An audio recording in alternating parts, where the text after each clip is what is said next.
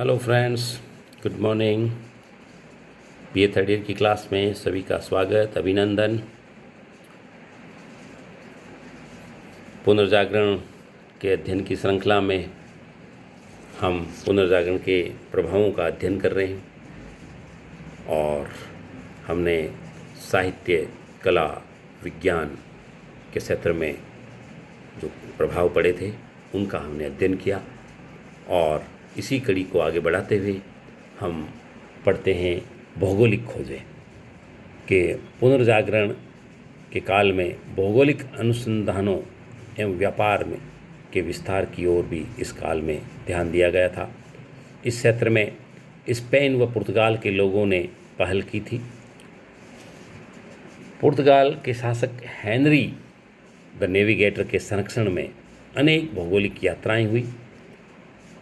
इस प्रोत्साहन के चलते बार्थोलोमिया ने उत्तम आशा अंतरीप का, 1498 में वास्को डी गामा ने भारत का, 1500 केवाल ने ब्राज़ील का, 1513 में बालबोया ने प्रशांत महासागर का पता लगाया। इन खोजों ने अंतर्राष्ट्रीय व्यापार को बढ़ावा दिया, उपनिवेशवाद व साम्राज्यवाद का बीजारोपण किया व यूरोप को धन व व्यापार का केंद्र बनाया। तो ये व्यापारिक खोजें हुई पुनर्जागरण के दौरान, जो कि हमने देखा। बार्थोलोमा, वास्को डी गामा और बालबोया आदि ने इन स्थानों की खोज की, जिससे पुनर्जागरण को गति मिली। शासन व्यवस्था, पुनर्जागरण का शासन व्यवस्था पर भी प्रभाव देखने को मिलता है। दांते की पुस्तक द मोनार्किया अधार्मिक विषयों में राजनीतिक शक्ति ही श्रेष्ठ है। डिफेंडर ऑफ पीस, शांति का रक्षक, मैसी गैलियो की पुस्तक थी, जो पोप का राजनीतिक हस्तक्षेप का अनुचित विरोध कर रही थी।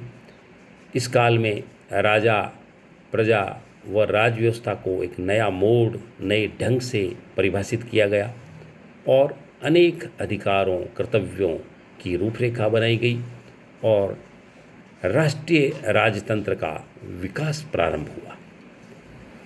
तो ये शासन व्यवस्था में मुख्य परिवर्तन देखने को मिला। द मोनार्कियो, दांते की पुस्तक, उस समय काफ़ी चर्चित थी और अभी भी परीक्षाओं में काफ़ी पूछी जाती हैं। डिफेंडर ऑफ पीस, मैसी गैलियो की जो पुस्तक है, उसको भी परीक्षाओं में कई बार पूछा गया है। तो इन दोनों जो राजनीतिक पुस्तकें थी, उनके अंदर इन विषयों का उल्लेख हमें देखने को मिलता है और जो भौगोलिक खोजें हैं, उन भौगोलिक खोजों के बारे में भी क्वेश्चन कई बार पूछा गया है कि भाई वास्को डी गामा है, बार्थोलोमियो डियाज है और ये जो बालबोया है जो स्पेन का था, उसने प्रशांत महासागर का पता लगाया था। और इन जो व्यापारिक खोजों से जो व्यापार और वाणिज्य को जो बढ़ावा मिला था और एक पुनर्जागरण को जो नई दिशा और गति मिली थी, उसका जो प्रभाव है वो कई बार पूछा गया था।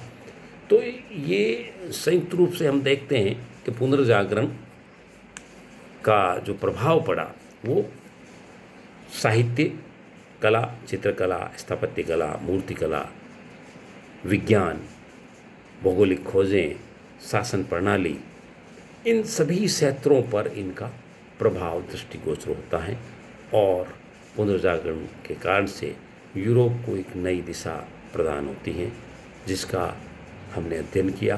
परीक्षाओं में आपको इसके ऊपर काफ़ी महत्वपूर्ण क्वेश्चन पूछे जाते हैं।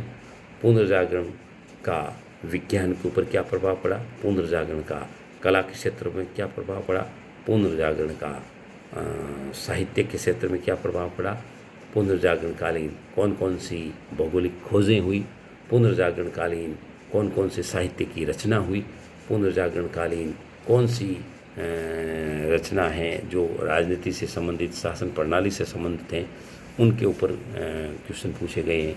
कई बार इनके जो राइटर हैं वो पूछे गए हैं। कई बार ये जो भौगोलिक खोजें हुई है ये पूछी गई हैं। तो आपको इसको संपूर्ण जो अध्ययन है उसको आपको करना है और विषयों को आत्मसात करना है और परीक्षा दृष्टि से उपयोगी नोट्स आपको तैयार करना है। तो आज हम एक तरह से पुनर्जागरण का अध्ययन पूर्ण करते हैं। पुनर्जागरण से संबंधित और कोई क्वेश्चन हो तो आप पूछ सकते हैं और अगला जो टॉपिक है हम अगले कक्षा में इसका अध्ययन करेंगे। Thank you.